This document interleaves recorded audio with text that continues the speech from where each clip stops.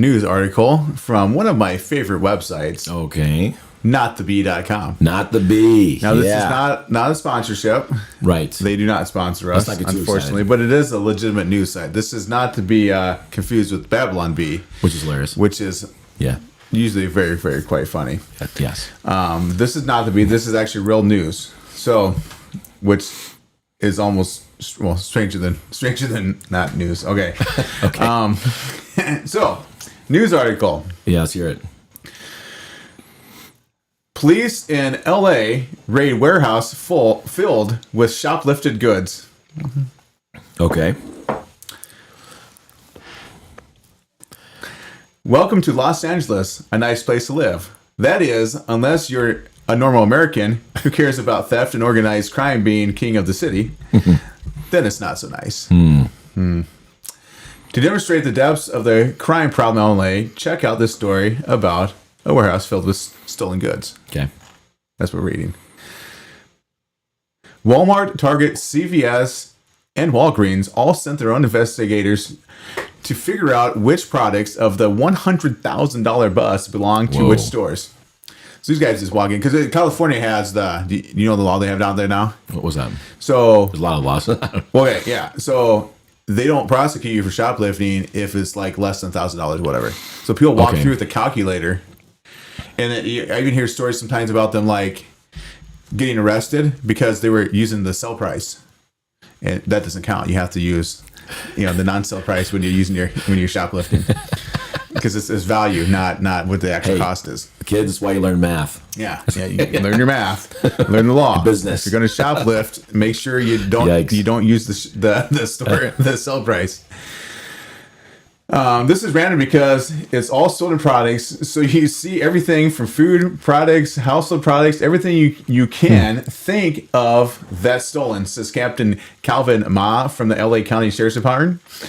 That's even crazy. What's even crazier is that Los Angeles has become such a hub for crime that thieves from across the Southwest are using LA as a sort of distribution center for stolen products. Wow. Yeah. Man. Yeah. So you got so much stolen stuff that they open their own warehouse to keep it so they can distribute it. Anyway, That's crazy. The Sheriff's Department got information from investigators for CVS. The haul includes more than $100,000 in pharmaceuticals and cosmetics taken from stores in Arizona, Nevada, and California. It's like prohibition or something. This is the level of organized crime we thought was gone from the world after the days of Al Capone, but it's still alive and well in LA. People steal from stores, cargo trucks, trains, pretty much anywhere they can get their hands on the goods. Then they ship them to holding centers like this one raid in LA, where criminal gangs work to remove security tags and other tags that would identify the products as stolen. You've got to wonder how many of these warehouses there are. A neighbor said he's hardly ever seen anyone going in and out of this warehouse, so you'd assume this is just one of many locations keeping the gangs busy. Also, with between $100,000 and $200,000 worth of goods, we know there's millions of dollars worth of merchandise that hasn't been located. Sure. Millions. I doubt it's all been sold. The task force has focused on identifying and arresting individuals who commit organized retail thefts like flash mobs. Do you know what these flash mobs are?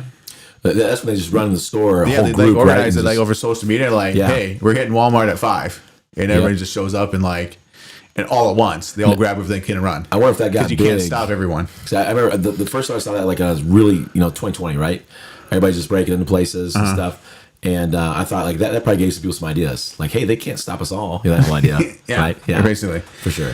Flash mob and smash and grab crews since 2023. So that was last year. Yeah. So not very long ago. The task force has recovered approximately $11.5 million in stolen merchandise. Wow. Which is not that much, probably considering how much is stolen. And with that, is a lot. latest bus officials say that they identified at least 10 people involved in the Silicon California crime operation. One organized crime retail theft warehouse down. Who knows how many to go? Well, there's going to be a lot. I mean, anytime you have any kind of a trafficking criminal activity, of whether it involves people or just like guns or drugs or whatever it is, there's always this kind of stuff. Always. So the question I have for you is, at what point does law and order just become optional? Like that's what's become here. Like we're just not going to prosecute crimes, not just all crimes, but some crimes. Just because we don't have time. There's too much work. There's too many people stealing. There's too many poor people that need some help, and so that's what like a lot of it in California is, right? So, I think what it comes down to is manpower, and so a lot of it is when the idea is like you only have so many people. There's only so much time. There's so many things going on. This happens in every big city. You begin to dismiss the smallest things because you're still busy with the highest of priorities. So it's not like they're just twiddling their thumbs. These I'm not saying the police aren't doing anything. Yeah. But this has become like a law in California that you can't prosecute things up to a certain dollar amount. So that's a different level. So that's a different level. They've actually legalized theft in essence. Exactly. It's where they can come up and say, "Hey, please stop." But if you don't, we can't do anything about it. That's crazy. I think that's wrong. That's just very wrong. Yes, there's no excuse for it. How do we get to that point as a society, though? It goes all back to what's your worldview, what are you centered on, and when there's no absolute standard of morality or truth or something like that, then yes, these things go. Of course they do. Because who's to really say it's wrong? There could be a different situation. Yeah, you owe it to me. Yes, there's all sorts of ideas out there. So there's got to be a standard. If there's not, then you can't say anything's wrong.